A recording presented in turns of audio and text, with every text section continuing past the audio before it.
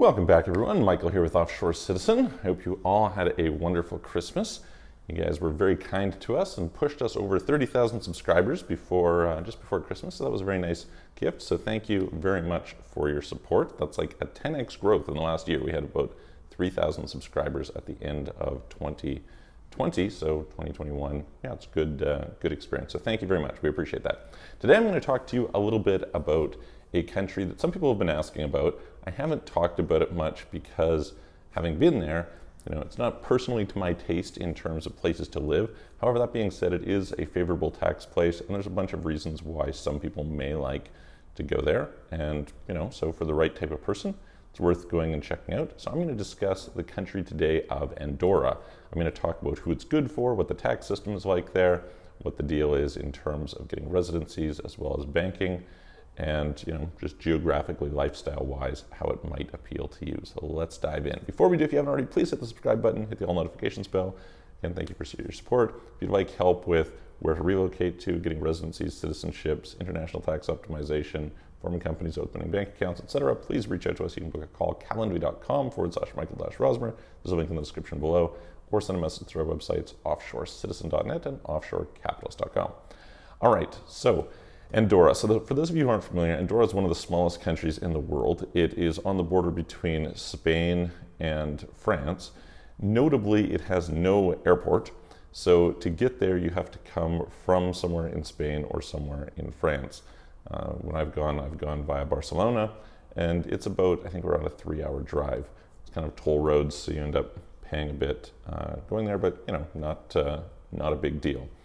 I think the proximity to France and to Spain is probably appealing to a bunch of people. There's actually no border crossing that you formally go through. Like, there's an area you drive through, but you don't get your passport stamped or something, which is kind of an interesting, different experience as compared to others. It's not a part of the EU. It's not a part of the Schengen zone, but you have this quasi relationship where, because of where it's located and how it's surrounded, etc., you have effective access to the Schengen zone, even though it's not a Schengen country. So again, a little bit interesting and different in that regard. So, for some people, that might be attractive.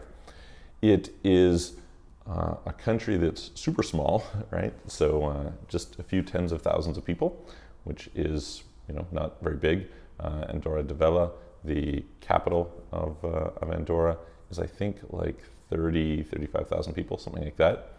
It is described by some people just as a big shopping mall. It's popular because the VAT rate in Andorra is 4.5% as opposed to the regular high rates in Europe. So you get a lot of people who come there, especially for things like perfume. I find the shopping selection is not huge. The prices are good. In a previous video when I was talking about places to go for shopping, I did mention it as, you can get some pretty decent deals. The problem is just with the selection. So certain things you'll be okay, certain things you won't be okay.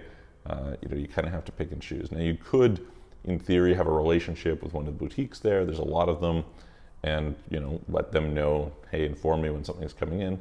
But you're also talking about a fairly big trip in order to go there. So it kind of becomes a question of, okay, why there and not go to Italy, right? Something like Florence, etc. So, that's to each their own. Obviously, if you're living there, it means that your costs are a little bit lower as a result.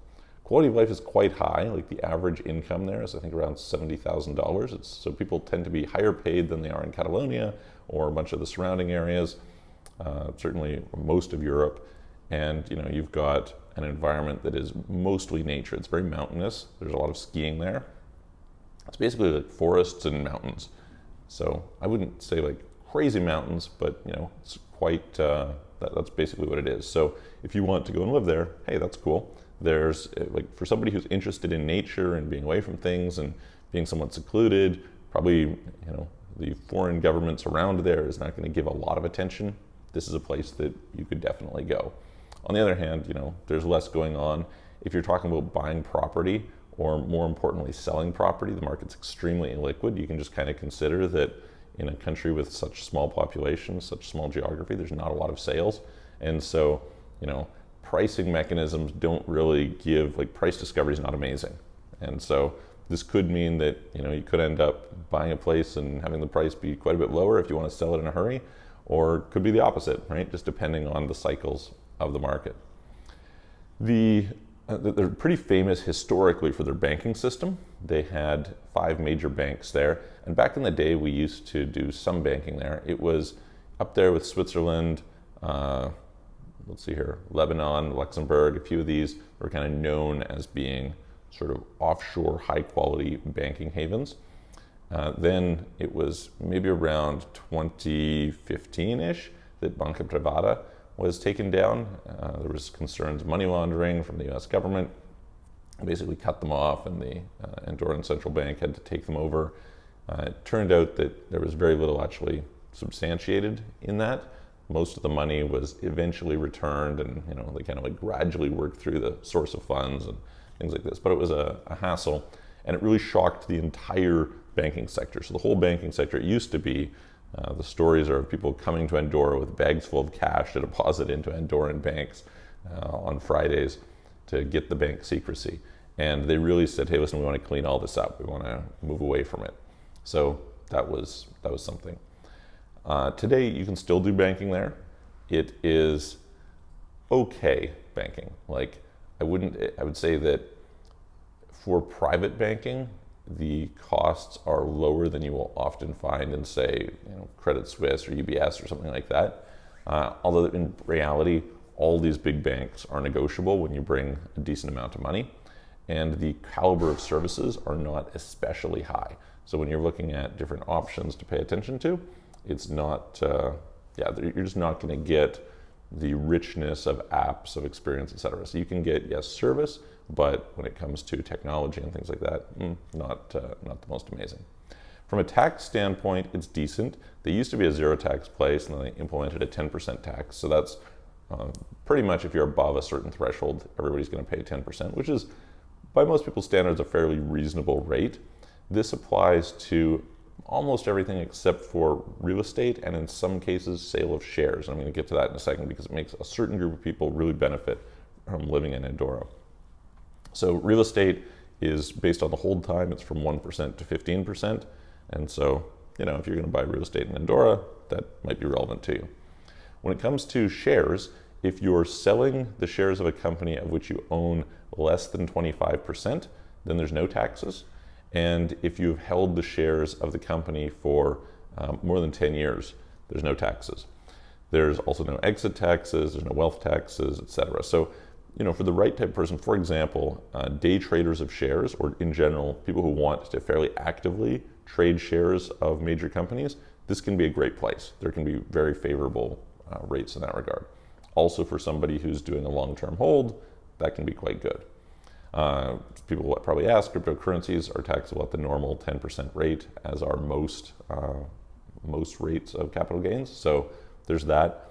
So you can see the Andorran government has made some statements that they may revisit that and do some changes. So there could be a possibility, but for now, 10% gives you, it's decent, right? It's considered, a big improvement. You'll see a lot of people who move from, say, Spain to Andorra in order to get a better situation there.